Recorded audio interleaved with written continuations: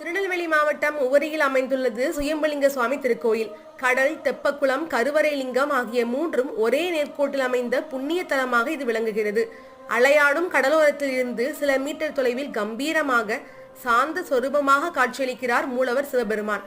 முற்காலத்தில் இந்த பகுதி முழுவதும் மணல் குன்றுகளாகவும் கடம்ப கொடிகள் அதிக அளவில் வளர்ந்து கடம்ப வனமாகவும் இருந்திருக்கிறது.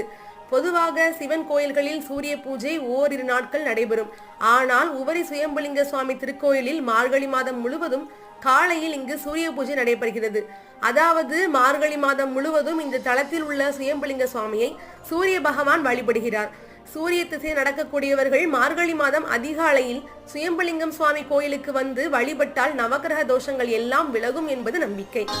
அலைகடல் ஆடி வரும் உவரியிலே எங்கள் ஆண்டவன் அருட்கடல் கோயிலிலே கலைக்கடல்